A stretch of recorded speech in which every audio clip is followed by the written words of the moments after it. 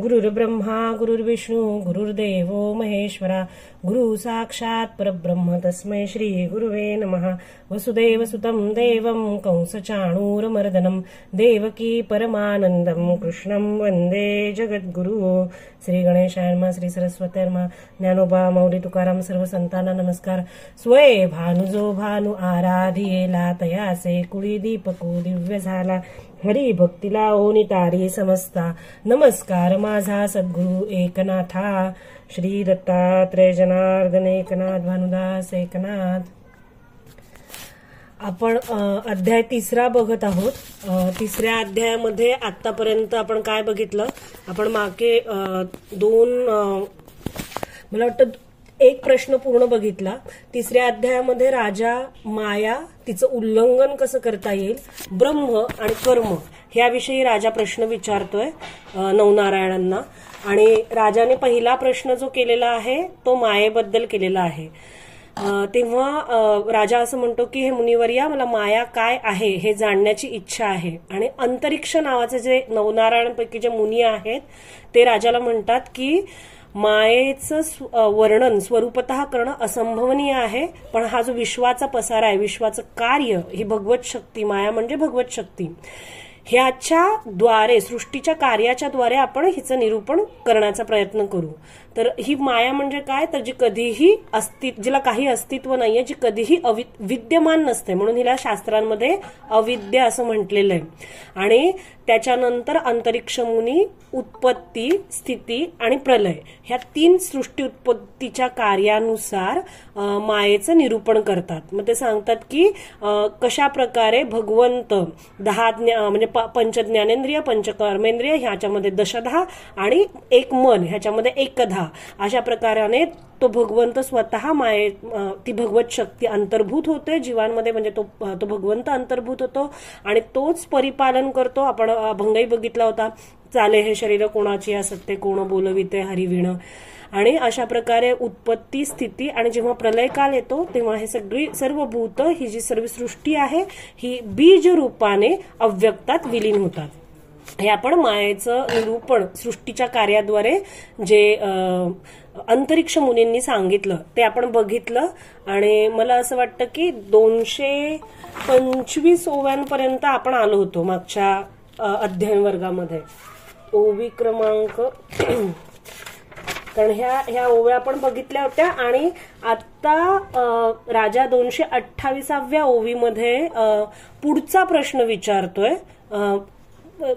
राजा असं विचारतोय की ठीक आहे, आता मला हे कळालं की आपण मागच्या अध्यायातही बघितलं होतं 2ऱ्या अध्यायात की फक्त जे भगवत भजन करतात तेच माया तरून जाऊ शकतात। मग राजा विचारतोय 222व्या ओवीमध्ये की सुखोपाये दीनजन दुस्तर माया तरती पूर्ण तदर्थी राजा आपण अत्यादरे प्रश्न श्रद्धेने पुसे माया दुस्तर शास्त्र प्रसिद्धी तेथे बाळे फोळे स्थूळ बुद्धी सुखे तरती कोणे विधी तो सांगा त्रिशुद्धी उपाव। ओवी क्रमांक 224। म्हणजे राजा विचारतोय की माया अतिशय दुस्तर आहे, पण जे साधे लोक आहेत, स्थूल बुद्धीवाले लोक आहेत, ते सुद्धा खूप प्रयत्न करता अगदी सहज अनायसे मायेचं तरण करू शकतात, असा काहीतरी उपाय मला सांगा। ओवी क्रमांक 225। ज्यासी वश्य नाही निजमन, म्हणजे जे मनावर नियंत्रण ठेवू शकत नाहीत आणि भवाब्दी तरावया भावपूर्ण, किंवा हा भवसागर मला तरून जायचा आहे ह्याच्यासाठी ज्यांचा दृढ निश्चय पण नाहीये, ऐसे भोळे भाविक जन त्यासी माया तरण सुगम सांगा। असे जे भोळे भाविक जन आहेत ते सुद्धा ही माया उल्लंघन करू शकतील, असा काहीतरी उपाय सांगा। मग त्याच्यानंतर कवी नावाचे ऋषींनी 2ऱ्या अध्यायामध्ये आपल्याला, आपण जेव्हा भक्त काय आहे, भागवत धर्म कशाला म्हणतात, त्यावेळेस कवी नावाच्या ऋषींनी आपल्याला सांगितलं होतं की जे गुरु आणि ब्रह्म यांची हे अभेद आहेत। गुरु साक्षात परब्रह्म, गुरु म्हणजे साक्षात देव, ह्या अभेद भावनेने जे भक्ती करतात तेच माया तरण करू शकतात। ओवी क्रमांक 226। मागा कवी बोलिला संकलती तन्मायो बुधा भजती गुरु ब्रह्म अभेद स्थिती करीती भक्ती माया तरिजे। ठीक आहे, आता ह्या मुख्य मायेचे तरण आता प्रबुद्ध नावाचे जे नवनारायणपैकी जे प्रबुद्ध नावाचे मुनी आहेत ते मुख्य माया तरणाचा उपाय राजाला सांगू लागले। ओवी क्रमांक 229. मुख्य मायेचे तरण प्रबुद्धची जाणे पूर्ण. प्रबुद्ध ह्या शब्दाचा अर्थ ज्ञानी असा होतो. तुम्ही नोट करून ठेवू शकता. प्रबुद्ध ह्या शब्दाचा अर्थ म्हणजे मुनींचं पण नाव प्रबुद्ध आहे आणि ते मुनी सांगतात की जो ज्ञानी आहे तो मायेचं उल्लंघन करू शकतो. म्हणजे मायेचं उल्लंघन करण्याचे मुख्य उपाय ज्ञान आणि वैराग्य आहेत. ठीक आहे. मुख्य मायेच्या तरणेचा उपाय हा पूर्णपणे जो ज्ञानी आहे तोच जाणतो आणि स्वतः ज्ञानी झाल्यावर मायेचं उल्लंघन करण्यासाठी फार कष्ट लागत नाहीत. माया म्हणजे काय आहे आपण बघितलं की कल्पना, आपल्याच मनातली इच्छा. हे आपण मागच्या आठवड्यात बघितलं होतं, मागच्या वर्गामध्ये. मग आपल्या मनामध्ये जे वेगवेगळे विषय निर्माण होतात त्या विषयांचा जो त्याग करू शकतो तो ज्ञानी आहे. आणि विषयासक्त जे मन आहे ह्या विषयासक्त मनामध्ये म्हणजे सतत विषयांचं चिंतन करत राहतं, अहोरात्र विषय भरडी असं जे मन आहे त्याच्यामध्ये कधीही वैराग्य किंवा ज्ञान हे टिकू शकत नाही किंवा त्यांचा उदयही होऊ शकत नाही. मग पुढे नाथ महाराज सांगतात की काय कुठले कुठले विषय असतात.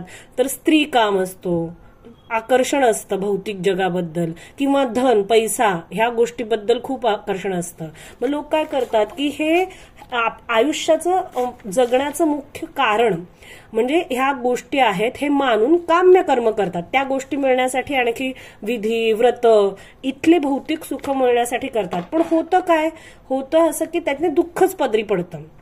आणि त्याच्यासाठी नाथ महाराजांनी खूप छान ओव्या दिल्यात. ओवी क्रमांक 241. मानुनी विषयांचे सुख काम्य कर्म करिता देख, तेणे अति दुःखी होती लोक दुःखदायक काम्य कर्म. म्हणजे विषयांमध्ये सुख आहे हा भ्रम असल्यामुळे अजून काम्य कर्म करतात. ते काम्य कर्म केल्यामुळे अजून विषयासक्ती वाढते. म्हणजे आधी इच्छा, मग भोग मिळतो, भोग मिळाला की परत तो भोग आणखी मिळावा ही इच्छा प्रबळ होत राहते आणि अंततः दुःख मिळतं. मग म्हणजे कामिनी कामे गृहासक्ती, प्राणी प्राणांते स्वयं होती, त्या श्रमाची निदान स्थिती सांगेन तुझं प्रति. मग कसं त्याच्यासाठी एक खूप छान उदाहरण दिलं. पूर्वी ना घरामध्ये मातीच्या भिंती असायच्या खेडेगावांमध्ये. तर नाथ महाराज म्हणतात की ती जी मातीची भिंत आहे ना ती जर पाण्याने, कच्चीवाली भिंत ती जर पाण्याने धुवायला गेलं तर काय होतं, ते पाणी पण खराब होतं आणि ती भिंत पोकळ बनते. ठीक आहे. ओवी क्रमांक 243. निर्मळ जळे भिंती धुता, जळाचीच नासे निर्मळता. म्हणजे जळाचाच निर्मळपणा निघून जातो. हात माखती धुतले म्हणता भिंती तत्वता निदळ केली. म्हणजे ती भिंत जी आहे ती सुद्धा कमी शक्तीची होते, बलहीन होते. त्याप्रमाणे विषयांच्या मागे लागलं की आपली शारीरिक शक्ती कमी होते आणि आपल्या मनामध्ये जे आपल्याला निर्विकल्पता हवी आहे, विचार कमी करायचे, विषयांची आसक्ती कमी करायची, ते तर राहून आणखी विषयासक्त म्हणजे इच्छा, भोग आणि परत इच्छा हे असं चक्र सुरू राहतं. ओवी क्रमांक 244. इथे नाथ महाराज अगदी सांगतात की तेवी विषयांचेनी सुखे सुख न पावतीच ब्रह्मादिक, विषयाचा जे मानिती हरिक ते परम मूर्ख पशुदेही. म्हणजे पशुप्रमाणे आहेत जे विषयांना सुख मानतात, कारण विषयांपासून कधीही सुखाची प्राप्ती होऊ शकत नाही. सेविलाच विषयो नित्य सेविती, ज्याचं एकदा सेवन केलंय तो सेवन केले म्हणजे जो विषय एकदा प्राप्त झालाय तो परत मिळाला तरी सुद्धा त्यांच्या मनाची कधीही तृप्ती होत नाही. इतकी ह्या मायेची शक्ती प्रबळ आहे. म्हणजे एकदा आपण जेवण जेवलो तर आपलं तत्काल त्या कामापुरतं आपल्याला तृप्ती होते. पण विषयांचं सेवन असं आहे की ते परत परत परत परत त्यांचं सेवन करावं वाटतं. त्याने कधीही पूर्णतः तृप्ती किंवा पूर्ण सुख त्याने मिळू शकत नाही. म्हणून केवळ नश्वर विषय देखतेची मानती परमसुख. त्यामुळे सतत अशा दुःख देणाऱ्या आणि मृत्यूरूप वित्ताने मोठ्या कष्टाने संपादन केलेल्या गोष्टींनी कुठलंही कल्याण साधणार नाहीये. ह्याचा आपण सतत विचार केला पाहिजे ह्या गोष्टीचा. मग त्यांनी नाथ महाराजांनी पुढे सांगितलं की पैसा असेल तर मग पैशामुळे किती किती अनर्थ निर्माण होतात. बऱ्याच ओव्या पुढच्या ओव्यांमध्ये ते वर्णन केलेलं आहे. पण तोच पैसा जर दान धर्मामध्ये लावला, ओवी क्रमांक 251 हे दाने त्यागिता फळ गोमटे लोभिया नरका ने हटे तटे द्रव्य ऐसे गा वाखटे आनंद भेटे तिही लोकी. पण ह्याच द्रव्याचा जर दानधर्म केला, द्रव्याचा उपयोग, तर त्याने मात्र पुण्य प्राप्त होतं. आपल्याला पंचयज्ञ सांगितलेत मनुष्य जीवनासाठी, म्हणजे काही नित्य नैमित्तिक कर्म सांगितलेली आहेत, ही करणं गरजेचं आहे. तर त्याच्यामध्ये दानधर्मही आपण केला पाहिजे, जेणेकरून त्या पैशांमध्ये मुख्य उद्देश काय आपला, की आसक्ती कमी करायची. आपल्या ज्या अंतःकरणात निर्माण होणाऱ्या आसक्ती आहेत विषयांबद्दल, त्या कमी करण्यासाठी हे सगळे उपाय आहेत. त्याच्यानंतर नाथ महाराज समजावून सांगतात की निज देहोची नश्वर येथ त्यासी प्रपंच नव्हे का शाश्वत अवघे जगची काळग्रस्त इहलोकी समस्त ठकिले विषयी. मग नाथ महाराजांनी बऱ्याच म्हणजे स्त्रियांबद्दलचं आकर्षण, धन, अशा बऱ्याच वेगवेगळ्या विषयांवर पुढच्या ओव्यांमध्ये चर्चा केली आहे. आणि ते नंतर सांगतात की हे लक्षात घ्या की स्वतःचा देहच जिथं नश्वर आहे तिथं अहोरात्र, म्हणजे काही काही माणसं अक्षरशः 18-20 तास काम करतात पैसे कमवण्यासाठी, पोझिशन कमवण्यासाठी. तर ते सांगतात की हा पण विचार करा, म्हणजे जेवढं उपयुक्त आहे तेवढं, म्हणजे स्त्री आपलं देहाचं रक्षण करण्यासाठी आपण लाचार म्हणून जगलं नाही पाहिजे.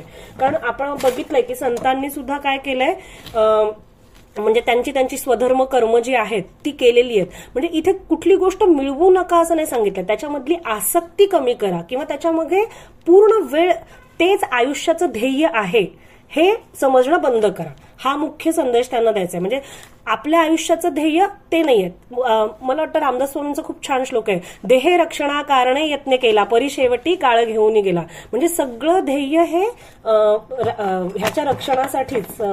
एक मिनिट, फोन येतो, एक मिनिट जस्ट.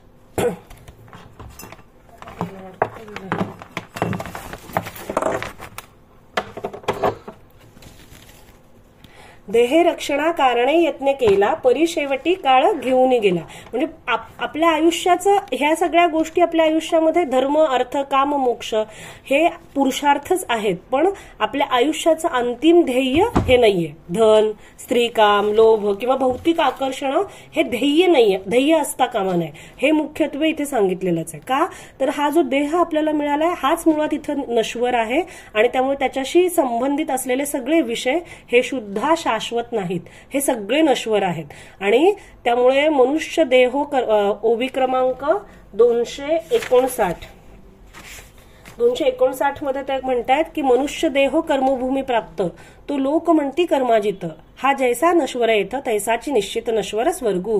म्हणजे जसं ह्या मनुष्य देहाची ही कथा सांगितली आपण की इथल्या सगळ्या गोष्टी नश्वर आहेत, अगदी तसंच परलोकाबद्दल म्हणजे स्वर्ग लोकाबद्दलही सांगितलं. मागे आपण एक उदाहरण सांगितलं होतं की आपण हॉटेलमध्ये जातो, जोपर्यंत आपल्या खिशात पैसे असतात तोपर्यंतच आपल्याला तिथले भोग भोगण्यासाठी उपलब्धी असते आणि ज्या क्षणी पैसे संपतात आपल्याला आपल्या घरी परत यावं लागतं. तसंच ह्या जन्मामध्ये पुण्य अर्जित करून जर आपण परलोकातील सुख मिळवण्याचा प्रयत्न केला यज्ञांच्या मार्फत, तर जोपर्यंत पुण्य आहे तोपर्यंतच आपल्याला त्या सुखांचा उपभोग आहे. परत पुण्य संपलं की परत आपण म्हणजे त्यामुळे त्यांना पापरूप पुण्य असं माऊलींनी म्हटलेलं आहे. त्या पुण्याला ते शुद्ध पुण्य नाहीये.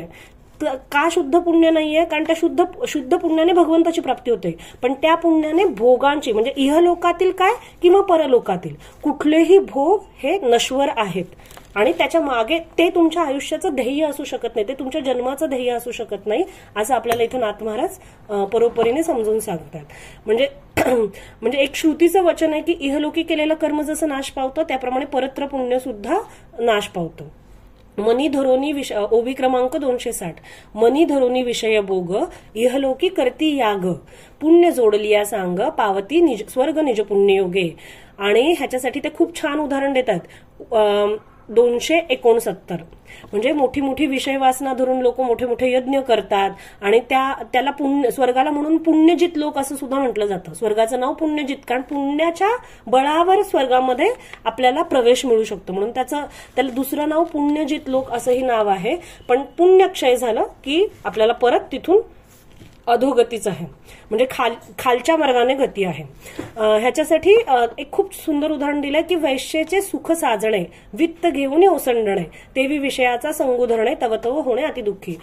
एखाद्या व्यक्तीला खूपच जास्त कामासक्ती असेल, तो वैश्येकडे जातो, पण त्याबरोबर त्याच्या धनाचाही नाश होतो आणि त्याची कामनांची पूर्ती होत नाही. म्हणजे जेव्हा तो परत येतो तो आणखी कामनाग्रस्त होऊन येतो. त्याप्रमाणे ह्या विषयांचा संग हा आणखी दुःखी करणारा आहे. ह्याने कधीही पूर्तता मिळू शकत नाही. कर्मभूमी नरदेह प्राप्त, हे पूर्ण निज भाग्याचे मथित, देव नरदेह वांछित, ते देव केले व्यर्थ विषयार्थी. म्हणजे ह्या नरदेहाला, ही जी आपल्याला देह मिळाला आहे, ह्याला कर्मभूमी म्हणतात. इथं आपलं जरी प्रारब्ध असलं, आपल्याला प्रारब्धाने काही परिस्थिती किंवा काही माणसं आपल्या आयुष्यात असतील किंवा काही घटना आपल्या आयुष्यात प्रारब्ध घडत असतील, तरी सुद्धा आपल्या क्रियमाण कर्मामध्ये आपल्याला निवडीचं स्वातंत्र्य, की आपण काय करू शकतो. आणि हा सारासार विवेक किंवा ही बुद्धी आपल्याला सद्गुरूंकडून प्राप्त होते की काय केलं पाहिजे ह्या जन्मामध्ये. मग त्यामुळे ते सांगतात की अशी ही कर्मभूमी नरदेह ही कर्मभूमी आहे, जिथे आपण आणखी उत्तम कर्म करून जन्ममरणाच्या फेऱ्यातून बाहेर पडू शकतो. अशा ह्या देहाची प्राप्ती होणे म्हणजे स्वर्गीचे देव इच्छितात त्यांना सुद्धा इथे जन्म घ्यावा वाटतो म्हणून. कारण इथे आपल्याला स्वातंत्र्य, प्रारब्ध आपल्याला परिस्थिती देतं, माणसं देतं, काही विशिष्ट घटना प्रारब्धाने आपल्याला प्रदान होतात, पण तरी सुद्धा क्रियमाण कर्मामध्ये आपल्याला स्वातंत्र्य आहे की आपण काय करू शकतो. त्या प्रारब्ध कर्मांचा आपल्यावर परिणाम न होऊ देता आपल्याला एक कर्म, म्हणून ह्याला कर्मभूमी असं म्हटलं जातं नरदेहाला. आणि काय कर्म ऐसे काहो करा नाही, काही पुढे नाही नाशजा, विश्वंभरा शरणागत भूत जात वंदने. म्हणजे काय कर्म केलं पाहिजे, तर त्या भगवंताला शरण गेलं पाहिजे आणि जन्ममरणाच्या फेऱ्यातून सुटका करून घेतली पाहिजे. पण जर विषयासक्त मन असेल जास्तीत जास्त, तर त्याच्यामध्ये कधीही वैराग्य निर्माण होऊ शकत नाही आणि कधीही ज्ञानाचा उदय त्याच्यात होऊ शकत नाही. मग असं जे परमश्रेय आहे ह्या जीवनातलं, किंवा जे परमात्म तत्व आहे, त्याला ज्याला जाणून घेण्याची इच्छा आहे, त्याने काय करावं, त्याचा उपाय काय सांगितला, तो दुसऱ्या अध्यायात पण सद्गुरूंना शरण जावं. ओवी क्रमांक 273, जाणोनी विषयांचे नश्वरपण, पावावया लागी ब्रह्मपूर्ण, सद्गुरूसी अनन्य शरण, रिघावे संपूर्ण श्रद्धायुक्त.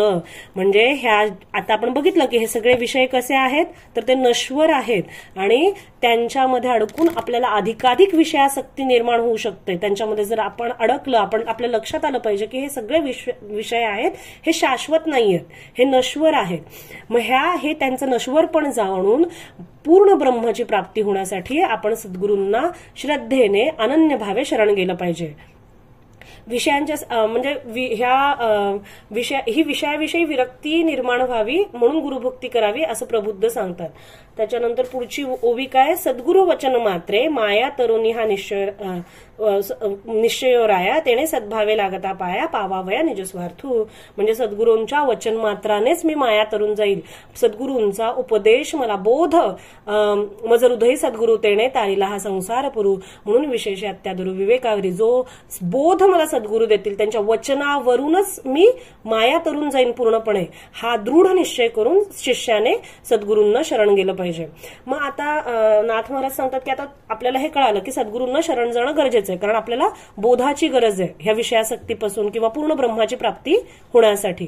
मग आता हा असा गुरु कसा असला पाहिजे, तर वेद काय सांगतात, तो ब्रह्मामध्ये निष्णात असल्या पाहिजे, त्याला शब्द ब्रह्माचं पूर्ण ज्ञान पाहिजे, त्याला अपरोक्ष अनुभूती असली पाहिजे, तो वेदार्थ जाणणारा असला पाहिजे. कारण जर त्याला अपरोक्ष अनुभूती नसेल तर तो शिष्याच्या संशयाचं निरसन करू शकत नाही, जर त्याच्याकडे ते ज्ञान नसेल. ठीक आहे. त्याच्यानंतर उपमाश्रय म्हणजे उपशम म्हणजे शांती, विरक्ती, कर्मापासून निवृत्ती, ह्या सगळ्या गोष्टी. आणि तर कृपाळू असला पाहिजे मुख्यपणे, म्हणजे जे त्याच्याकडे आहे ते समोरच्या शिष्याला देण्याची त्याची इच्छा असली पाहिजे. अशा प्रकारे गुरूंची लक्षणं नाथ महाराज पुढच्या काही ओव्यांमध्ये सांगतात. तर ओवी क्रमांक 297, तरी जो काया वाचा मने, अतिकृपाळू दिना कारणे, तोडी शिष्याची भवबंधने उठवी ठाणे अहंकाराचे. म्हणजे जो काया वाचा मनाने अतिशय कृपाळू आहे, अतिशय दीन कुणाला म्हणतात, जी व्यक्ती हतबल आहे, जी व्यक्ती स्वतःच्या इच्छेने स्वतःवर नियंत्रण मिळवू शकत नाही, जी पूर्णपणे बंधनात अडकलेली आहे, त्याला म्हणायचं दीन. आता साधकांच्या पण पात्रता असतात की काही साधक हे दृढ संकल्पी असतात, दृढ निश्चय करणारे असतात, त्यांना पटलेलं असतं विषयांचं नश्वरपण. पण काही दीन दयाघन आपण असं म्हणतो भगवंताचं एक नाव. तर दीन म्हणजे काय, जो काहीही करू शकत नाही. तर अशा दीनांवर सुद्धा कृपा करून त्यांचं सुद्धा भवबंधन निरसन करू शकतात, एवढं कृपाळू पण ह्या सद्गुरूंजवळ असलं पाहिजे. मग त्यांनी कसं असलं पाहिजे, तर एक स्मृतीचं वाक्य आहे की शिष्याला सुद्धा पुत्रासमान मानलं पाहिजे गुरूंनी. शिष्याला सुद्धा पूज्यत्व, कारण ते ब्रह्म साक्षात्कारी आहेत, त्यामुळे त्यांना सगळीकडे ब्रह्म दिसतं, त्यामुळे त्यांना शिष्यामध्ये सुद्धा ब्रह्मत्वाचाच अनुभव झाला पाहिजे. शिष्यापासून त्यांनी सेवा नाही घेतली पाहिजे. असे बरेच गुरुचे गुण इथे दिलेले आहेत. बरं, ते कसे असले पाहिजेत, तो विषय भोगी, ओवी क्रमांक 306, तो विषय भोगी ना स्वय त्यागी, तो अदृष्टाच्या निज विभागी, लावून या देहाच्या अंगी परब्रह्म योगी विचरत. हे नाथ महाराज जनार्दन स्वामींबद्दल सांगतात. म्हणजे ते विषयांचं भोगही घेत नाहीत किंवा त्यागही करत नाहीत. प्रारब्ध जसं आहे, अदृष्ट ह्या शब्दाचा अर्थ प्रारब्ध, तो अदृष्टाच्या निज विभागी, जसं प्रारब्ध आहे तसं जगायचं. लावून या देहाच्या अंगी, आपण मात्र अंतःकरणातून परब्रह्माच्या ठिकाणी स्थिर व्हायचं. अशा प्रकारे कारण पुढे एका ह्याच्यामध्ये सांगितलेलं नाथ महाराजांनी 9व्या अध्यायामध्ये, गृहाश्रमून सांडता कर्मरेखा नोलांडिता. म्हणजे जनार्दन पंतांनी काय उपदेश केला की तू आहे तिथेच राहा, कुठल्याही विषयांचा भोग घेऊ नकोस किंवा त्यागही करू नकोस. मध्यस्थिती, सुवर्ण मध्य, जे प्रारब्धाने भोग येतील ते येऊ देत, ठीक आहे, पण तू त्यांच्या भोगांमध्ये आसक्त होऊ नकोस आणि त्या पूर्णपणे भोगांचा त्याग करू नको, कारण तुला गृहस्थाश्रम स्वीकारायचा आहे. हा उपदेश मुख्य जनार्दन पंतांनी दिला होता नाथ महाराजांना. मग अशा प्रकारे त्यांच्या अंगी निज शांती असली पाहिजे, ते सर्वांपासून अलिप्त राहिले पाहिजेत. 310 ओवी क्रमांक, आयशिया पूर्ण प्रतिती आचरोनी दावी भक्ती, हरी भजावा सर्वानुभूती, हेची शिष्याप्रती उपदेशी. शिष्याला काय उपदेश केला पाहिजे त्यांनी, सगळ्या भूतांमध्ये, सर्व प्राणीमात्रांमध्ये, सर्वत्र ब्रह्मांडामध्ये हरीचं भजन, हरीची या दासा, हरी दाही दिशा, सगळीकडे हरी बघायला त्यांनी उपदेश केला पाहिजे. मग नाथ महाराज म्हणतात की सद्गुरूंबद्दल किती बोलू मी. ओवी क्रमांक 310 ते 318 ते सांगतात की अक्षरशः सद्गुरूंच्या लक्षणांचं वर्णन करता करता वेदांना सुद्धा वेड लागलेलं आहे. तर ते एवढी लक्षणं सद्गुरूंची आता मी सांगू शकत नाही ह्याच्यापेक्षा जास्त. ओवी क्रमांक 322, त्यामुळे ते परोपरीने विनवून सांगतात, न करिता सद्गुरु भक्ती कदा नव्हे परमार्थ प्राप्ती, या लागी सद्गुरु भक्ती बोलिली ग्रंथी शिष्य हितार्थ. ओवी क्रमांक 322, म्हणजे सद्गुरु भक्ती न करता शिष्याला कधीही भगवत प्राप्ती, परमार्थ प्राप्ती होऊ शकत नाही. त्यामुळे संत सद्गुरूंची भक्ती करणं हाच मुख्य आशय ह्या ग्रंथाचा आहे. या लागी सद्गुरु भक्ती बोलिली ग्रंथी शिष्य हितार्थ. म्हणजे आपण बघू शकतो ना, माऊलींचं उदाहरण बघू शकतो. उपजताची ज्ञानी ऐसे जाणोनी चांगदेव आले लोटांगणे. चांगदेवांना माहिती होतं हे कसे आहेत, उपजताच ज्ञानी आहेत. पण माऊली म्हणजे नाथ महाराजांनी एका अभंगात म्हटलेलं आहे की ब्रह्मज्ञान लाळघोटी ऐशी ज्याची कसोटी. माऊलींचं वर्णन करताना सांगितलंय. म्हणजे माऊलींच्या समोर ब्रह्मज्ञान सुद्धा लाळ घोटत उभं आहे की मला काहीतरी ज्ञान प्राप्त होईल. आणि आणखी एका अभंगात सांगितलंय, हा कैवल्याचा पुतळा प्रकटला भूतळा. म्हणजे पुतळा म्हणजे कसं, जो चौकात असतो. जर मंदिरात एखादा देव असेल तर तिथे काही आंघोळ करून वगैरे जाऊन पाया पडण्याची गरज असते. पुतळा कसा येईल जाईल त्याला म्हणजे अगदी स्पष्टपणे प्रत्येकाला, जो त्याच्याकडे प्रेमाने जाईल न जाईल, जो त्याच्या सानिध्यात बघेल त्याला आशीर्वाद. अशा प्रकारे उपजताची ज्ञानी असे माऊली आहेत. पण माऊली काय म्हणतात, ज्ञानदेव म्हणे तरलो तरलो आता उद्धरलो गुरुकृपे. म्हणजे ते ज्ञानेश्वर महाराज जे मूळ ज्ञान जसं आहे तसंच या पृथ्वी तलावर आलेलं आहे. आणि ते सुद्धा कसं आलंय तर काही विशिष्ट मर्यादांचं, शास्त्र मर्यादांचं पालन करणाऱ्यांनाच ते प्राप्त होतं असं नाहीये. ज्ञानेश्वर महाराज कसे अगदी प्रत्येकाला, जो त्यांच्याकडे कुठल्याही भावनेने, एका अध्यायात एका अभंगात नाथ महाराजांनी खूप सुंदर वर्णन केलंय. ज्ञानाबाई माझी अनाथांची कुठल्याही उद्देशाने माऊलींकडे गेलं तरी ते म्हणतात की ते तुम्हाला भलतीये भावे शरण जाता भेटी पाडी तसे तुटी जन्मव्याधी. कुठल्याही भावनेने त्यांच्याकडे गेला तरी तुमच्या जन्ममरणाच्या व्याधीचं दुःख करू शकतात असे माऊली काय म्हणतात, आता उद्धरलो गुरुकृपे. ही म्हणजे जर ज्ञानेश्वरीचं मंगलाचरण आपण बघितलं तर सर्वस्व निवृत्तीनाथांना अर्पण केलेलं आहे. ज्ञानदेव म्हणून तरलो किंवा गुरु हा संत कुळीचा राजा, गुरु हा प्राण विसावा माझा. माऊलींचे आपण अभंग बघितले तर आपल्याला लक्षात येईल की किती अगाध श्रद्धा, म्हणजे जे साक्षात ज्ञान जसं आहे तसं आलेलं आहे तरी सुद्धा त्यांनी गुरुचरणांचा आश्रय घेतलेला आहे. त्यामुळे माणसाने लक्षात ठेवलं पाहिजे की गुरु मग ते संत असतील पण तुम्हाला आपण हे पण बघितलं पाहिजे की अगदी उद्धव आहे, अर्जुन आहे, जोपर्यंत अर्जुन सखा म्हणत होता, उद्धव सुद्धा कृष्णाला मित्र म्हणत होता, तोपर्यंत ज्ञानप्राप्ती झाली नाही. जेव्हा भगवंताला आपण गुरु ह्या भावनेने शरण जातो त्या क्षणी ज्ञानप्राप्ती, वैराग्याची प्राप्ती आहे. म्हणजे गुरु हाच तुम्हाला तारू शकतो. तारी येले येणे श्री गुरु नायके. कसं तारलंय, बोधाची एक कासे लावून कौतुके, बोध प्रदान करून. आता पुढची हे मुद्दाम सांगितलं बोध प्रदान, कारण पुढची जी सगळी लक्षणं ते गुरु काय बोध प्रदान करतो ह्याच्यावर आहेत. तर मग असे गुरु तर आपण बघितलं. आता गुरु कसे असतात, आता शिष्य कसा असला पाहिजे ह्याची उदाहरणं सांगितली नाथ महाराजांनी.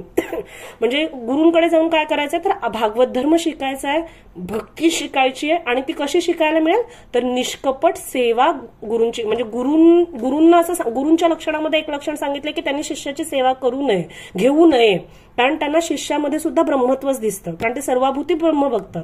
ठीक आहे, पण तरीही निष्कपट भावनेने शिष्याने गुरूंची सेवा केली पाहिजे. आणि कसे असतात म्हणजे काही शिष्य, नाथ महाराजांनी पुढे काही शिष्य समकर थोडा बरं नाही, पुढच्या काही ओव्यांमध्ये शिष्यांची लक्षणं सांगितली आहेत. मग काही विकल्पी असतात, मनामध्ये दंभ असतात, काही शिष्यांना प्रतिष्ठेची किंवा पूज्यता हवी असते इतरांकडून, सर्वसामान्य लोकांकडून. कुणाला स्वतःच्या ज्ञानाचा अभिमान असतो, कुणाला सिद्धी पाहिजे असतात, काही कर्मठ असतात, काही आम्ही मात्र ब्रह्मनिष्ठ आहोत असा अभिमान असतो. हे सगळे शिष्य नाथ महाराज म्हणतात हे सगळे ढोंगी आहेत, ह्यांना कधीही पूर्ण ब्रह्माची प्राप्ती होऊ शकत नाही. कारण गुरूंपुढे अनन्य भावे शरणागत जो होतो त्यालाच ब्रह्मप्राप्ती, अगदी त्याला नको असेल तरी ते ब्रह्म त्याच्या जवळ येऊन नांदतं.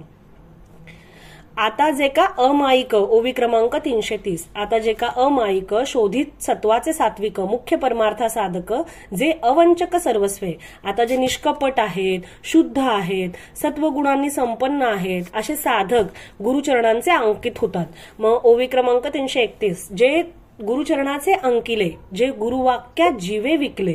म्हणजे गुरूंच्या वाक्यासाठी गुरुभक्ती कशाला म्हणायचं, गुरुसेवा कशाला म्हणायचं की त्यांनी जो उपदेश केलाय त्या उपदेशाचं पालन करण्यासाठी आपला प्राण सुद्धा देऊ शकतात. ते पण गुरूंच्या उपदेशाची त्यांची अवज्ञा करत नाहीत.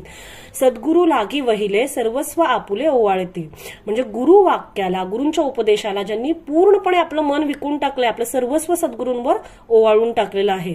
ओवी क्रमांक 332, जो सद्गुरूच्या बोलावरी जीविताची कुरवंडी करी, जो गुरु आज्ञे बाहेरी तिळभरी होऊ शको. म्हणजे सद्गुरूंनी जो बोध दिलाय त्या बोधासाठी, त्या शब्दांसाठी जो आपल्या आयुष्याचीही कुरवंडी करू शकतो आणि कधीही गुरूंची आज्ञा तिळभर सुद्धा जाऊ म्हणजे तो उल्लंघन करत नाही आज्ञेचं.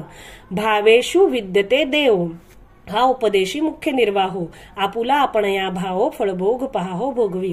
म्हणजे जसा गुरूंवर भाव आहे त्याचप्रमाणे तुम्हाला प्राप्ती होईल. आणि ते भावेषु विद्यते देव ह्याच्यासाठीच सांगितलेलं की आपल्याला आपल्या भावनेनुसार फलप्राप्ती होत असते. या लागी ओवी क्रमांक 349, म्हणून काय करावं, याची लागी सद्गुरुपाशी शरण रिघावे सर्वस्वेसी, तो संतोषून या शिष्यासी भजन धर्मासी उपदेशी. आणि अशा प्रकारे अनन्य भावे गुरु आणि ब्रह्म एकच आहेत, गुरु साक्षात परब्रह्म, ह्या भावनेने जो सद्गुरूंना शरण जातो तेव्हा ते सद्गुरु त्या शिष्याला संतोषून त्याला भजन मार्गाला लागतात. आपण बघितलं होतं, जय सद्गुरूची कृपा घडे ते भक्तीचे भांडार उघडे. म्हणजे तिथं भक्तीचं भांडार उघडायला सुरुवात होते. मग जे कसं भांडार उघडतं तिथे, जेणे भजने भगवंत भजोनी झाले उत्तम भक्त, ते भागवत धर्म समस्त शिकावे निश्चित सद्भावेसी. अशा प्रकारे सद्गुरूंना शरण जाऊन ज्या भजनाने उत्तम भक्त ह्या सृष्टीमध्ये झाले, आचरण ज्यांनी अत्यंत उत्तम आचरण केलेलं आहे, ते सर्व भागवत धर्म ती भक्ती गुरूंकडून सद्भावनेने शिकली पाहिजे, कारण त्या भक्तीमुळे देव त्यांचा अंकित झालेला आहे. गुरु परमात्मा परेशू ऐसा ज्याचा दृढ विश्वासू, देवतयांचा अंकिला स्वयंसंचिला त्यांचे घरा. नुसता संचला का, त्यांच्या घरात नुसता आला का, आपण संतांच्या चरित्रात बघतो नुसता घरात आला का, तर त्यांनी देवाने स्वतःचं सर्वस्व विसरून त्यांची सेवा केलेली आहे. प्रत्येक संतांच्या आयुष्यात आपण एक बघतो. नाथ महाराजांचा एक खूप छान अभंग आहे, त्याच्यात ते म्हणतात, वैष्णवा घरी देव सुखावला, बाहेरी नवजे दवडून घातला, देव म्हणे माझे पुरतसे कोड. संगती या गोड वैष्णवांची, म्हणजे इतका सुखावलाय की त्या वैष्णवांनी त्याला धक्के बाहेरी नवजे दवडून घातला. बाहेर जा म्हटलं, हकलून लावलं तरी देव त्यांना सोडून जात नाही, इतका तो त्यांच्या. देव म्हणे माझे पुरतसे कोड, संगती या गोड वैष्णव. देव म्हणतो की मला ह्यांची संगती खूप आवडते, तुम्ही हाकलून लावलं तरी मी इथून जाणार नाही. अशा प्रकारे तो देव त्या संतांचा अंकित झालेला आहे, देवतयांचा अंकिला स्वयंसंचला त्यांचे घरा. म्हणून पुढे ओवी क्रमांक 351 काय उपदेश करतात गुरु, तर मुख्य भागवत धर्मस्थिती अवश्य करावी सत्संगती. भागवत धर्म म्हणजे काय आहे, तर संतांची संगत, सत्संगती करावी, हेची सद्गुरु उपदेश असती. असत्संगती त्यागार्थ.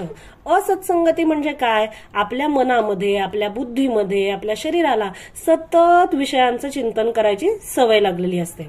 बरं, हे विषयांचं चिंतन करायची सवय काय लागते, कारण मी देह आहे ही आपली दृढ भावना असते, प्रत्येकाचीच आहे, ठीक आहे, ही अगदी आपली ठसलेली भावना आहे.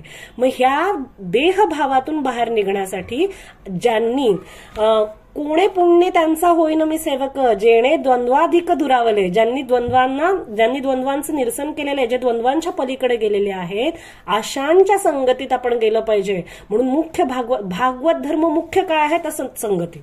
सत्संगती हा मुख्य भागवत धर्म आहे, कारण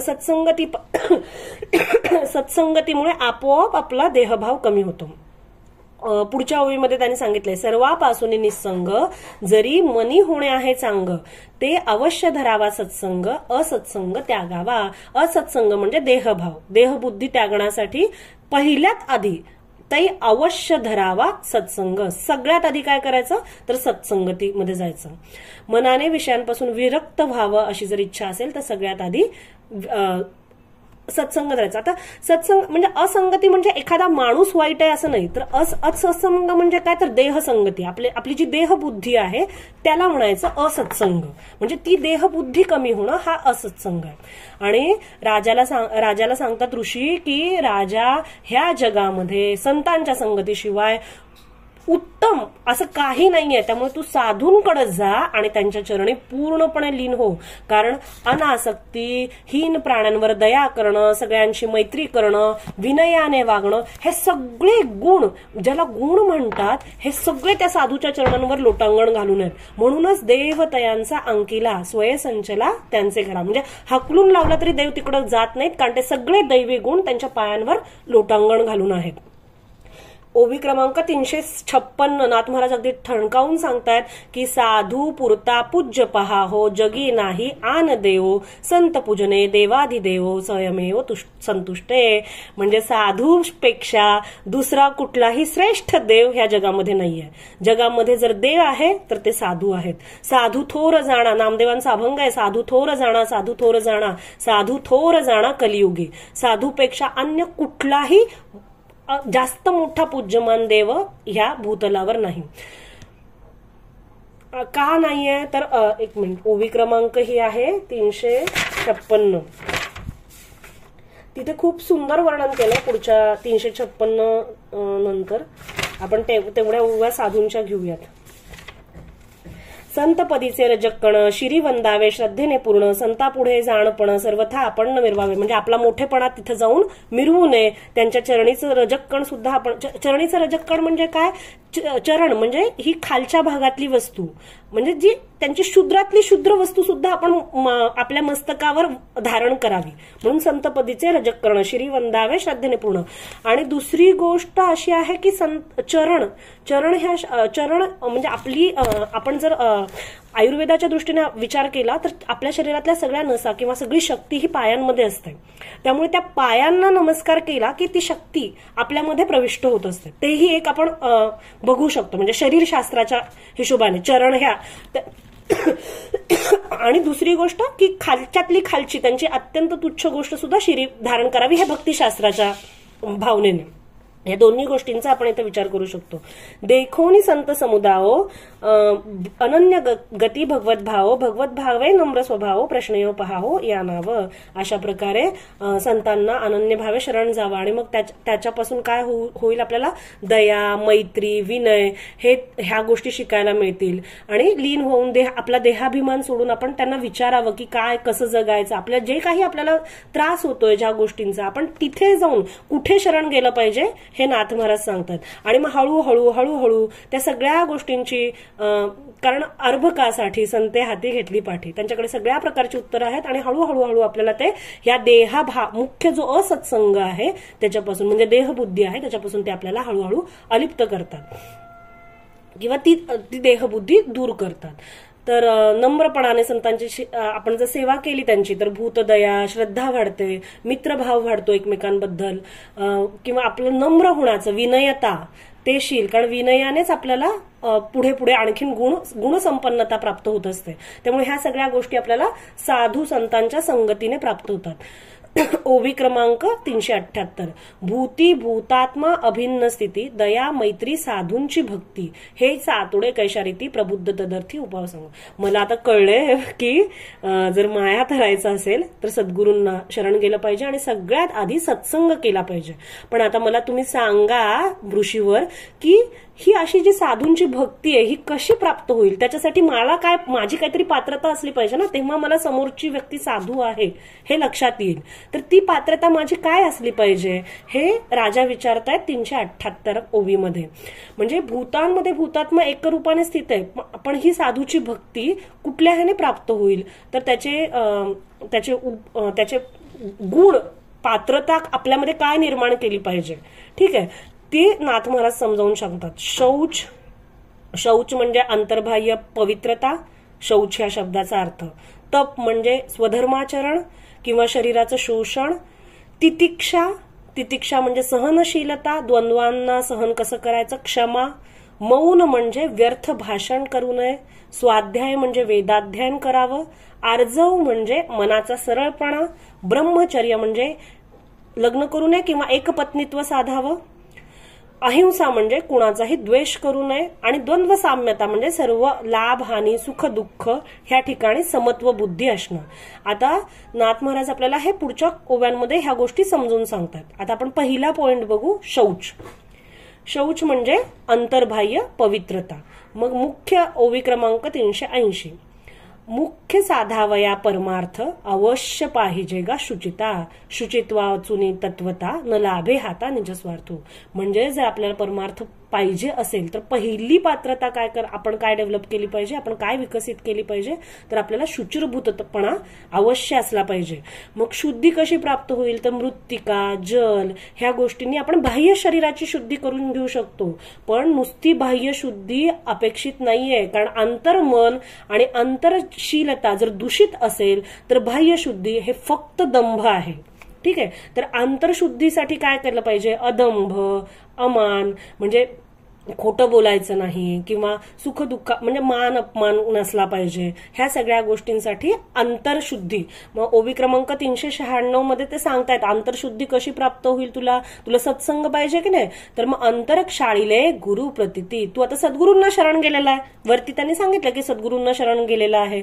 मग सद्गुरूंना शरण गेल्यावर जे गुरूंनी सांगितलेलं आहे, गुरूंनी जे उपदेश केलेला आहे त्या उपदेशामुळे अंतरस्थितीचं क्षालन केलं पाहिजे. बाह्यक शाळीले शास्त्रयुक्ती, बाह्यक शाळीले म्हणजे मृत्तिका, जल ह्या शास्त्रांनी सांगितलेल्या आहेत गोष्टी बाह्य शुद्धीसाठी. ऐसे शुचित्व निजनिश्चिती अद्वैत स्थिती तेथे नांदे. जर हे शुचित्व प्राप्त झालं तर तिथे अद्वैतता नांदू शकते. दुसरं म्हणजे तप. तप ह्या गोष्टीचा अर्थ ज्ञानेश्वरी भागवत ह्या हिशोबाने स्वधर्माचरण हे सुद्धा एक तपच आहे, किंवा भगवत प्राप्तीसाठी जे शरीराचं शोषण केलं जातं त्याला सुद्धा तपच असं म्हणतात, जे याला प्रारब्ध भोगानुसार शरीर शोषण. पण नाथ महाराज आणखी एक व्याख्या सांगतात ओवी क्रमांक 400 मध्ये. शरीर शोषणा नाव तप, म्हणजे आतापर्यंत सगळ्यांनी शरीर शोषण ह्याचंच नाव तप सांगितलंय. काही व्रत करा, उपवास करा, ह्या सगळ्या गोष्टींना तप सांगितलंय. पण नाथ महाराज म्हणतात हृदयी वाहणे कृष्ण स्वरूप तो शुद्ध साक्षेप तपाचा. शुद्ध तप काय आहे तर हृदयामध्ये अखंड भगवंताचं ध्यान करणं, ह्याला म्हणायचं शुद्ध तप. ओवी क्रमांक 400. तितिक्षा. तितिक्षा म्हणजे सहनशीलता किंवा क्षमा. तितिक्षा ह्या शब्दाचा अर्थ आहे सहनशीलता किंवा क्षमा. ओवी क्रमांक 403. द्वंद्व सहिष्णुता मुमुक्षा या नाव म्हणजे तितिक्षा, तेही आणावया लक्षा नृपाध्यक्षा अवधरी. म्हणजे सुख आलं, दुःख आलं किंवा कुठलीही परिस्थिती आली तर त्याच्यामध्ये मानसिक बौद्धिक संतुलन राखणं, नियंत्रित राहणं, ह्याला म्हणायचं तितिक्षा. कारण सहनशीलता म्हणजे आजूबाजूची परिस्थिती कशीही असली तरी आपला प्रतिसाद हा व्यवस्थितच असला पाहिजे. त्याचं नियमन म्हणजे सहनशक्ती झालं किंवा क्षमा. सुख दुःख उभय भोग दो माझी अखंड आपुले अंग, जेवी चित्रीची वाघीण आणि वाघ दोही माझी सांग निजत्वे भिंती. सुख आणि दुःख हे असे दोन भोग आहेत, ठीक आहे. ज्याप्रमाणे चित्रातील वाघीण आणि वाघ ह्या दोघांमध्ये भिंत एकच असते, म्हणजे वाघ जरी दाखवला काय आणि वाघीण जरी दाखवली काय, त्यांचं जे अधिष्ठान आहे ते एकच आहे. आणि गुरूंनी आपल्याला सांगितलं की अधिष्ठान सगळ्यांचं ब्रह्म आहे. त्यामुळे हे जर अधिष्ठान लक्षात ठेवलं तर ह्या द्वंद्वांबद्दल आपल्याला म्हणजे सहन करण्याची शक्ती प्राप्त होऊ शकते. त्याच्यानंतर मौन. मौन म्हणजे स्तुती, निंदा, वाद, संवाद. आता वरती आपल्याला तितिक्षा प्राप्त झाली आहे. तितिक्षा म्हणजे सहनशक्ती प्राप्त झाली आहे. त्यामुळे ह्या सगळ्या गोष्टी कुंठित झाल्या. आपले विचार जे चाललेत की हा माझ्याशी असं का वागला, तर एक तसं का वागला, आपल्याला कळालं की ह्याचं सगळ्यांचं अधिष्ठान ब्रह्म आहे. आणि ती सहनशक्ती प्राप्त झाल्यामुळे मौन म्हणजे आंतरिक जे विचार. एक स्टडी झाला होता US मध्ये, त्याच्यामध्ये त्यांनी असं सांगितलं की एका सेकंदाला 9000 बुद्धीची स्पंदनं निर्माण होतात. 9000 म्हणजे किती मन किती कल्पना करतं आणि बुद्धी किती विचार करतं. आणि त्या तरंगांमध्ये अनेक बुद्धीचे तरंग जरूर जातात, त्यांचा संग तो होतो बाधक, अशा प्रकारे वेगवेगळे तरंग असतात. पण एकदा जर हे ब्रह्माचं अधिष्ठान आपल्या लक्षात आलं, जे सद्गुरूंनी सांगितले त्यांच्या वाक्यावरून, तर त्यावरून स्तुती, निंदा, वाद, संवाद ह्या सगळ्या गोष्टींचे जे संकल्पना मन आणि बुद्धी करत असतात ते विचार थांबतात आणि त्याला म्हणायचं मौन. आणि नाथ महाराज सांगतात ओवी क्रमांक 23. 423 चालले ना. ऐसे साधावया दृढ मौन सद्गुरु शिकवी वेदाध्ययन उपनिषदर्थ विवंचन पडवी संपूर्ण अर्थावभूते. म्हणजे अशा प्रकारचं मौन जिथे आतमधली विचारांचं बाहेरच्या परिस्थितीनुसार आतमध्ये निर्माण होणाऱ्या विचारांना मौन देणं हे सद्गुरु शिकवतात वेदाध्ययन करून आणि उपनिषद शिकवून.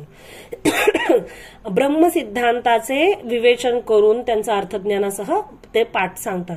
आणि नाथ महाराज त्याच्या पुढेही जाऊन म्हणतात की तुम्ही काय करा, जरी तुम्ही वेदाध्ययन नाही केलं, उपनिषद नाही वाचलेत, अथवा अतिशय दृढ मौन, त्या मौनांचं सुद्धा दृढ मौन आहे. श्रीरामकृष्ण नामस्मरण, त्या मौना जे सद्गुरू सांगतायत त्या मौनापेक्षा दृढ मौन काय, तुम्ही प्रत्येक वेळेस प्रत्येक क्षण अखंड भगवंताचं नाव घ्या. अथवा अतिशय दृढ मौन श्रीरामकृष्ण नामस्मरण अखंड नामे गरजता पूर्ण वेदार्थ जाणं तिष्ठती पुढे. ते वेद जरी तुम्हाला नाही शिकायला मिळाले तर त्या नावासमोर जर त्याचा अखंड न खंड पडता उच्चार केला तर तिथे वेद सुद्धा त्या नावाच्या समोर उभे आहेत.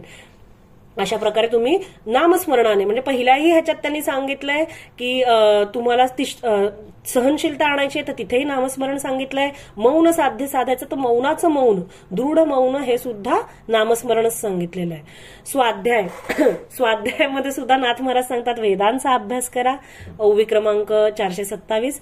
वेदू अथवा नामस्मरण या नावगा स्वाध्याय जाणं. ज्यांना अधिकार आहे त्यांनी वेदांचं करा. ज्यांना वाटतं की दीन आहेत, नाही होऊ शकत, तर त्या नामस्मरणापुढे सगळे वेद तिष्ठत उभे आहेत. संतांची वाक्य ती. वेदू अथवा नामस्मरण या नावगा स्वाध्याय जाणं. आता आर्जवाचे लक्षण ऐके संपूर्ण महाराजा. आर्जव म्हणजे साधेपणा, सरळपणाने वागणं सगळ्यांशी. आता आर्जव ते ऐसे सर्वा जीवा जीवन जैसे का तंतू जैसा निज विलासे अविरोधे असे पटामाजी. म्हणजे एखादं वस्त्र आहे आणि त्या वस्त्रामध्ये एखादा धागा दुसऱ्या इतर धाग्यांना त्रास न देता शांतपणे बसलाय की नाही, अविरोधाने, काही तो त्यांना इतरांना त्रस्त करत नाहीये किंवा कुठलीही त्याची रिॲक्शन नाहीये इतर धाग्यांबद्दल. अगदी तसंच निवांत सरळपणे जगणं, ह्याला म्हणायचं आर्जव. आणि हे आर्जव कशाने सांगतात तर सातत्य त्याच्यासाठी नाथ महाराज सांगतात की सद्गुरू तुम्हाला सगळ्या प्राणीमात्रांमध्ये एकच भगवंत आहे हे जेव्हा तुम्हाला बोध प्रदान करतात आणि सद्गुरू वचनांवर आपण माया तरू हा तुमचा दृढ विश्वास आहे, त्यामुळे त्यांच्या वचनाचं तुम्ही पालन करता, त्या आज्ञेचं पालन करता की सगळीकडे एकच भगवंत आहे, ह्याच्यामुळे तुम्हाला तो सरळपणा साध्य होतो. त्याच्यानंतर ब्रह्मचर्य 436. आर्जव म्हणजे सरळपणा ना? हा, सरळपणा. त्याच्यानंतर ब्रह्मचर्य. कंदर्पा आणि वे स्त्री पुरुष तेथे गुरुदीक्षा अलौकिक मिथ्या स्त्री पुरुष माईक विषय सुख ब्रह्ममात्र. म्हणजे स्त्री आणि पुरुष हा भेद कामदेवाच्या राज्यामध्ये आहे. आपण बघितलं की सद्गुरू काय बोध करतात, सगळीकडे ब्रह्माचं अधिष्ठान आहे. त्यामुळे गुरु वाक्यांची आज्ञा पालन करायचं हे जे शिष्याने दृढ व्रत ठेवलंय त्याच्यावरून त्याला लक्षात येतं की सगळीकडे अधिष्ठान कशाचं आहे तर ब्रह्माचं आहे. त्यामुळे स्त्री आणि पुरुष हा जो भेद आहे हा प्रकृतीचा आणि माईक आहे आणि त्याच्यामुळे त्याला त्या ब्रह्मचर्याची प्राप्ती होते.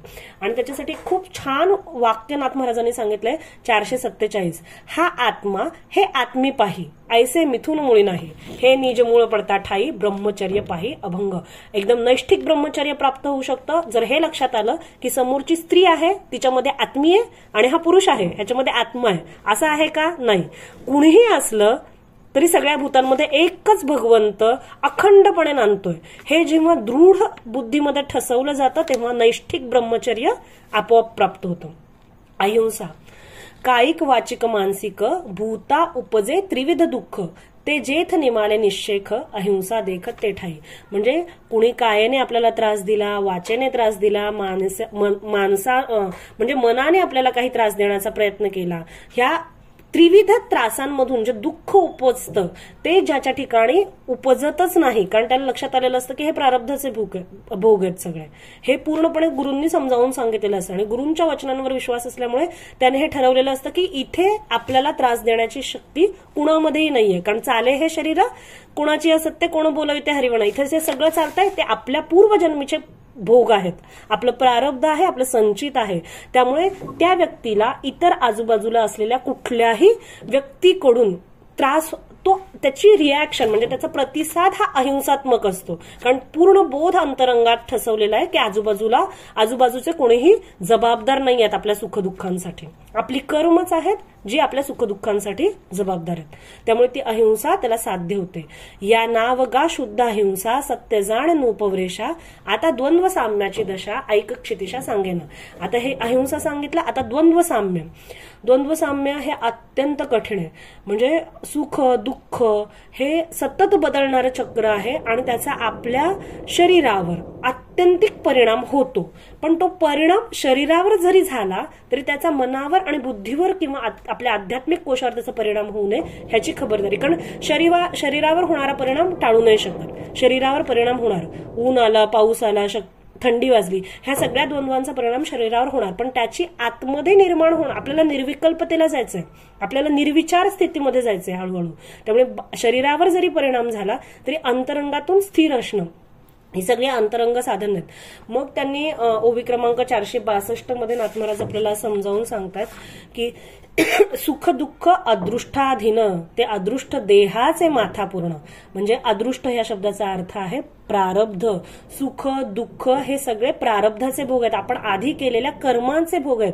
आणि ते कुणावर कार्य करतात, तर ते देहाचे माथापूर्ण, ते शरीरावर कार्य करणार. म्हणजे पाऊस आला तर शरीर भिजणार, त्याला आपण नाही. मी एक साधारण परिस्थिती सांगते, पण ज्या परिस्थिती आयुष्यामध्ये येतात, ज्या सुख दुःख आपल्याला वाटतं, त्या शरीरावर परिणाम करण्याचं थांबणार नाहीत. त्यामुळे आपण हे बघितलं की मुक्त झाल्यानंतर सुद्धा जे संतांचं जीवन आहे, त्यांच्या आयुष्यामध्ये सुद्धा वेगवेगळ्या परिस्थिती आल्याच होत्या. पण त्यांच्या निर्विकल्पतेवर, आतल्या अंतरंग साधनेवर काहीच परिणाम, ते ब्रह्माशी स्थित होते. देही असोनी विधेही सदा समाधीस्थ आहे. तर अशा प्रकारे गुरु हा आपल्याला उपदेश करतात की हे कसं घडतंय, हे सुखदुःख कशी निर्माण होतात. आणि हा उपदेश अंतरंगात दृढ झाल्यामुळे द्वंद्वांची साम्यता निर्माण होते. म्हणजे त्यांचा आपल्या मनावर, शरीरावर परिणाम होणारच, मनावर, बुद्धीवर होणारा परिणाम आपल्याला मौन साधायचे, दृढ मौन, आतमध्ये विचार नाही आले पाहिजे.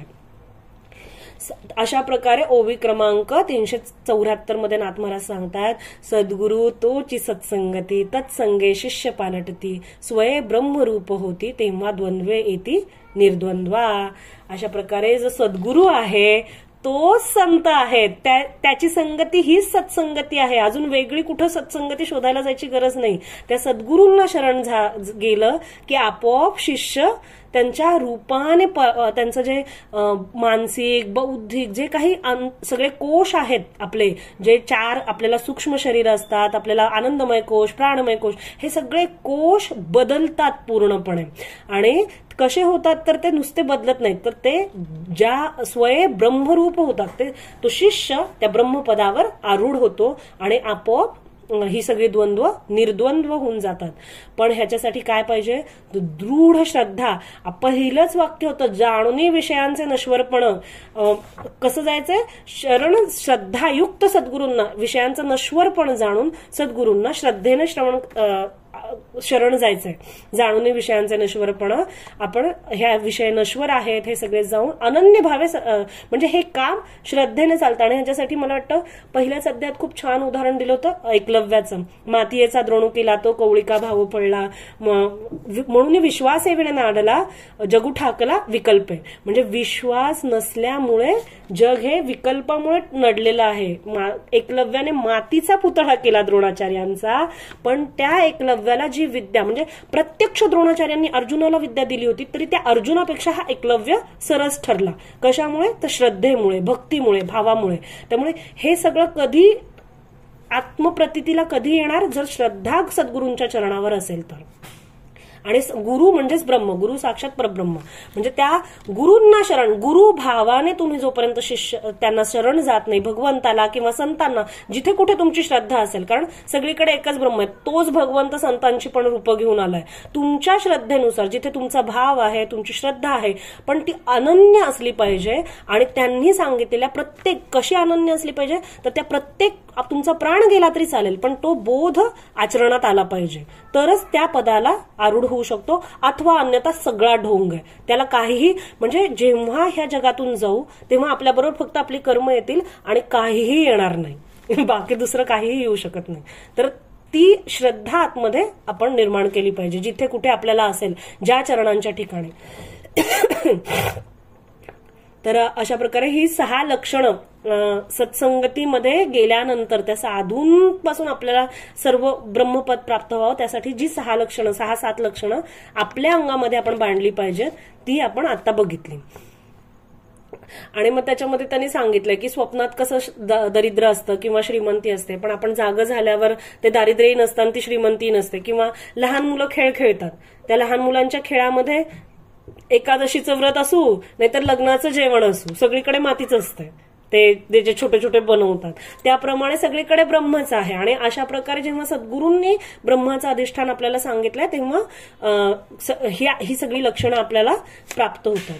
ओवी क्रमांक 476. सद्गुरु वचन विश्वासे मानी सर्वत्र परमात्मा ऐसे तेची निज बुद्धी निश्चय वसे निज मानसे विवंची. म्हणजे सद्गुरूवरील विश्वासाने सगळीकडे परमात्मा आहे असं मानतो तेव्हा आपली बुद्धी निश्चलपणाने दृढ होऊन सर्वदा मनाने तिचेच विवंचन करतो. एक नामदेव महाराजांच्या चरित्रामध्ये एक प्रसंग आहे. नामदेव महाराजना विसोबा खेचरांकडून त्यांनी गुरुमंत्र घेतला आणि सगळीकडे ते भगवतभाव बघायला लागले. तर आता त्यांना विठुराया सगळ्या सृष्टीमध्ये दिसायला लागला होता. तर ते एकदा रस्त्याने जात होते, त्यांना भूत दिसलं. भूत दिसल्यावर त्यांनी त्याला नमस्कार केला. तर त्यांच्याबरोबर कोणीतरी होतं की का नमस्कार करतात. तर ते म्हणतात नाही, भूत जर विठुराया सगळीकडे आहे तर हे भूत हा विठुरायाचाच अंश आहे. त्यामुळे तेव्हा ते त्यांच्या जवळ बरोबर असलेल्या त्या व्यक्तीला ते उपदेश करतात. एकदा सद्गुरूंनी सांगितलं आणि त्याच्यावर विश्वास ठेवला की कार्य संपलं. सर्वत्र परब्रह्म आहे ह्या सद्गुरूंच्या बोधावर एकदा विश्वास ठेवला की ब्रह्मपदाला आरूढ नाही, तुम्ही तिथे इतरांना गुरुत्व प्रदान करू शकता. इतकी शक्ती सद्गुरूंच्या वचनांच्या विश्वासाने प्राप्त होतो, त्यांच्या वचना. म्हणून सद्गुरू वचन विश्वासे मानी सर्वत्र परमात्मा ऐसे. पुन्हा प्रल्हादाचं उदाहरण आपण घेऊ शकतो. प्रल्हादालाही नारदांनी सर्वत्र भगवंत आहे असं सांगितलं होतं आणि त्याचा तो दृढ विश्वास की ह्या खांबात आहेच, ह्या निर्जीव खांबात सुद्धा माझा भगवंत आहे. आणि किती विश्वास नाथ महाराजांनी इथे ओव्या दिलेल्या आहेत प्रल्हादाच्या की त्याला माहिती होतं की वडील त्रास देत आहेत, जळत्या आगीत टाकतायत, गरम तेलामध्ये टाकतायत, कडे कपारावरून ढकलून देतात. पण त्या प्रत्येक परिस्थितीत त्यांनी सांगितलं, लक्षात ठेवलं की सद्गुरूंनी सांगितलंय ना नारदांनी सगळीकडे देव आहे, मग तो देव माझं रक्षण करणार आहे. मग त्याचा त्या भगवंतावर असलेला तो दृढ विश्वास की तो देव सगळीकडे आहे, तो सगळं बघतोय आणि तो आहेच, त्यामुळे त्या भगवंताला प्रकट व्हावं लागलं. ते दृढ विश्वास पाहिजे. सद्गुरु वचन विश्वासे मानी सर्वत्र परमात्मा ऐसे तेची निज बुद्धी निश्चय वशे निज मानसे विवंसी. आणि गुरुवाक्यांवर विश्वास ठेवल्यामुळे परब्रह्माचं ऐक्य पूर्णपणे सिद्ध होतं आणि सच्चिदानंदामध्ये भरून राहतो. अशा प्रकारे शिष्याला गुरुवाक्याने पूर्णपणे साक्षात्कार प्राप्त होतो. असं सद्गुरूचं अनन्य वर्णन नाथ महाराजांनी केलेलं आहे. आपण आता मुख्य बघितलं. पुढच्या काही ओव्या आता आपण पुढच्या ह्याच्यात बघू. आपण थांबू आता. झालेलं आपण सगळं सद्गुरूंच्या चरणांवर समर्पित करून थांबूया. पुंडलिक वरद हरी विठ्ठल श्री ज्ञानदेव तुकाराम पंढरीनाथ भगवान की जय. शांती ब्रह्म एकनाथ महाराज की जय. अवधूत चिंतन श्री गुरुदेव दत्त सब संतन की जय. श्री एकनाथार्पणमस्तु श्रीकृष्णार्पणमस्तु. मुख्यत्वे माया तरण्याचा उपाय आपण बघितला ह्याच्यामध्ये आज. आता पुढच्या आणखी ब्रह्म काय आणि ते आपण पुढच्या ह्याच्यामध्ये बघू. तर कोणाला काही शंका असतील? मला एक विचारायचं होतं, आता आपण जे शिष्याची लक्षणे पाहिली ना, तर त्यामध्ये 10व्या अध्यायात सुद्धा शिष्याची बरीच लक्षणं ती खूप छान आहेत. ती नवलक्षणांची माळा प्रेमे घालावे सद्गुरूंच्या गळ्यात. बरोबर आहे. शिष्याची ती खूप डिटेल्ड मध्ये आहेत. ती आपण बघणार आहोत. हे पहिले 5 अध्याय आहेत ना, पहिले 5 अध्याय हे पुढच्या सगळ्या अध्यायांचा सारांश आहे. पहिले 5 अध्याय कळाले की जे पहिल्या 5 अध्यायांमध्ये तत्व आहेत ना, पहिले 5 अध्याय काय आहेत तर जनकाने नवनारायणांनी जनकाला दिलेला उपदेश आहे. आणि पुढचे अध्याय काय आहेत तर 6व्या अध्यायापासून उद्धवाला भगवंताने दिलेला उपदेश सुरू होतो. तोच उपदेश उद्धवाला भगवंताने दिलेला आहे, पण तो खूप डिटेल्ड मध्ये. त्यामुळे आता ह्या सगळ्या गोष्टी परत रिपीट होणार आहेत जेव्हा भगवंत उद्धवाला सांगतील तेव्हा. आणि ते खूप जास्त डिटेल्ड मध्ये आहे तेव्हा आपण ते, कारण खूप ओव्यात, हे जर आपल्याला बेस कळाला की काय सांगायचं आहे, हे बेस लक्षात आला की ह्याच बेसवर सगळं पुढे आहे, मग त्यावेळेस ती डिटेल मध्ये आपण घेऊ ती अशी. ती लक्षणं समजायला सोपी आहेत. कारण ती डिटेल्ड मध्ये पण सांगितली आहेत आणि स्पेसिफिकली पण सांगितलेली आहेत. थँक्यू. अष्टांग योगावरचं एक असतं हे आपण आजचं जे लेक्चर होतं हे अष्टांग योगामध्ये येतं का? यम नियम आसन. हो ते सुद्धा सगळे आहेत आपल्याला पुढे.